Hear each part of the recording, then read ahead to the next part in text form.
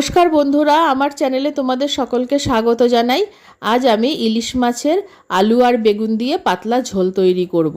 ইলিশ মাছের টুকরোগুলোকে আমি ভালো করে ধুয়ে পরিষ্কার করে নিয়েছি। এবার মাছের গায়ে নুন আর হলুদ ভালো মতো মাখিয়ে নিচ্ছি। বেগুন দিয়ে ইলিশ মাছের পাতলা ঝোল রান্না করতে খুব একটা বেশি মশলা লাগে না। একটা মাঝারি সাইজের পেঁয়াজ ছোট টুকরো করে কেটে নিয়েছি, 1 চামচ গোটা ধনে নিয়েছি, 2 চামচ গোটা জিরে নিয়েছি আর 4-5টা লাল লঙ্কা নিয়েছি। ঝালটা তোমরা তোমাদের আন্দাজ মতো দেবে। গোটা ধনে জিরে আর লঙ্কাটা গ্রাইন্ডারে নিয়ে নিলাম, অল্প জল দিয়ে খুব মিহি পেস্ট করে নেব।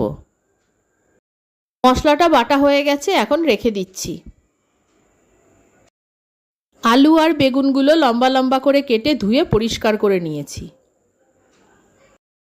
কড়াইটা খুব ভালো করে গরম করে নিয়েছি। কড়াইতে অল্প একটু সর্ষের তেল দিয়ে দিলাম। ইলিশ মাছ খুব বেশি ভাজলে স্বাদ নষ্ট হয়ে যায়, তাই অল্প হালকা করে ভেজে নেব। শুধু এপিট ওপিট করেই মাছটাকে আমি তুলে নেব। একটা একটা করে মাছ কড়াইতে দিয়ে দিচ্ছি। মাছগুলো দিয়েই সঙ্গে সঙ্গে উল্টে দেব। খুব বেশি ভাজবো না, এইভাবে সব মাছগুলো ভেজে তুলে নেব।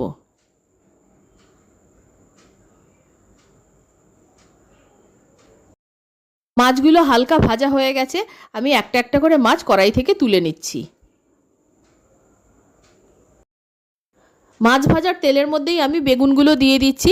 বেগুনগুলো আমি লাল করে ভেজে তুলে নেব। সব বেগুনগুলো আমি লাল করে ভেজে নিয়েছি। এবার তেল ঝরিয়ে বেগুনগুলো আমি কড়াই থেকে তুলে নিচ্ছি। ওই তেলের মধ্যেই দিয়ে দিলাম 1 চামচ কালো জিরে ফোড়ন আর কুচিয়ে রাখা পেঁয়াজটা। পেঁয়াজের সঙ্গে দিয়ে দিলাম কেটে টুকরো করে রাখা আলুগুলো আর আমি আলাদা করে ভাজিনি, পেঁয়াজ আর আলু একসঙ্গে ভেজে নেব। পেঁয়াজ আর আলু ভাজার সময় আন্দাজ মতো হলুদ দিয়ে দিলাম। এবার আলু আর পেঁয়াজটাকে খুব ভালো করে ভেজে নেব। পেঁয়াজ আর আলুর মধ্যে গ্রাইন্ডারে বেটে রাখা মশলাটা দিয়ে দিলাম। গ্রাইন্ডারে লেগে থাকা মশলাটা ধুয়ে অল্প জল দিয়ে দিলাম। আন্দাজ মতো নুন দিয়ে দিলাম। এবার মশলাটাকে তেল ছাড়া পর্যন্ত কষিয়ে নেব। মশলাটা ভালো মতো কষানো হয়ে গেছে, এবার আন্দাজ মতো জল দিয়ে দেব। আন্দাজ মতো জল দিয়ে দিয়েছি। ঝোলটা ফুটে উঠলেই আর আলুটা প্রায় সেদ্ধ হয়ে এলেই আমি বেগুন আর ইলিশ মাছ ভাজাটা আমি দিয়ে দেবো। দিয়ে 2 মিনিট ফুটিয়ে নামিয়ে নেব।